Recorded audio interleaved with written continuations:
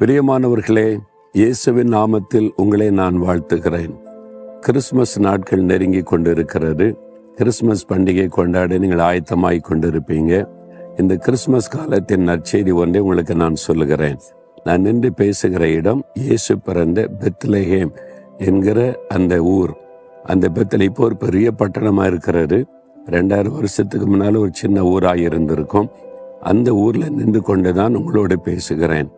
அந்த ஊரில் வயல்வெளியில் மேய்ப்பர்கள் ஆடுகளை காத்து கொண்டிருந்த சமயம் தேவதூதன் தோன்றி இயேசுவின் பிறப்பை முதலாவது அறிவித்தான் என்பதெல்லாம் உங்களுக்கு தெரியும்ல. அந்த வயல்வெளியில் இருக்கிற ஒரு அருமையான ஒரு பேரீச்சம் மரம், அதுக்கு முன்னால் நின்று கொண்டு உங்களோட பேசுகிற ரொம்ப செழிப்பாக இருக்குது.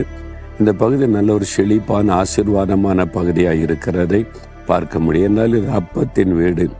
பெத்லகேம்னா அப்பத்தின் வீடுன்னு அர்த்தம். செழிப்பான ஒரு இடம். தாவீது பிறந்து வளர்ந்த ஊர் இதுதான். ரூத்து நகோமி உடைய சொந்த ஊர், அதனுடைய மருமகளாக ரூத்து வாழ்ந்த ஒரு இடம் இதுதான். அப்போ இந்த இடத்துலேருந்து உங்களோடு பேசுறது எனக்கு ரொம்ப சந்தோஷம். எனக்கு என்ன செய்தி ஆண்டவர் வச்சிருக்கிறார் அப்படின்னு நினைக்கிறீங்களா? உங்களுக்கு ஒரு அதிசயம் தேவையாக இருக்குது. இன்னைக்கு ஒரு காரியத்தில் அதிசயம் நடந்ததாங்க உண்டு அப்படின்ற நிலைமையில் இருக்கீங்களே. குடும்பத்தில், பிஸ்னஸில், வேலையில், ஊழியத்தில், பிள்ளைகள் காரியத்தில் சரி ஏதாவது ஒரு அதிசயம் நடந்தால் தான் உண்டு, ஆண்டவர் அதிசயம் செய்தாதான் அப்படின்னு நினைக்கிறீங்களா? உங்களுக்கு தான் அந்த செய்தி.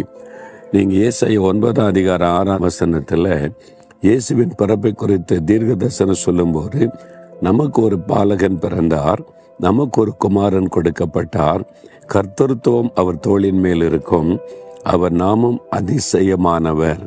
இயேசுக்கு நிறைய பெயர் கொடுக்கப்பட்டது. அதில் ஒரு பெயர் அதிசயமானவர்.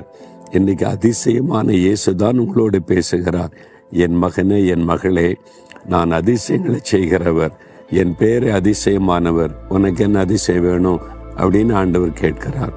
ஒரு அதிசயம் நடந்தாதாங்க உண்டு அப்படின்னு சொல்றீங்கல்ல, அந்த அதிசயத்தை இயேசு உங்களுக்கு செய்வார்.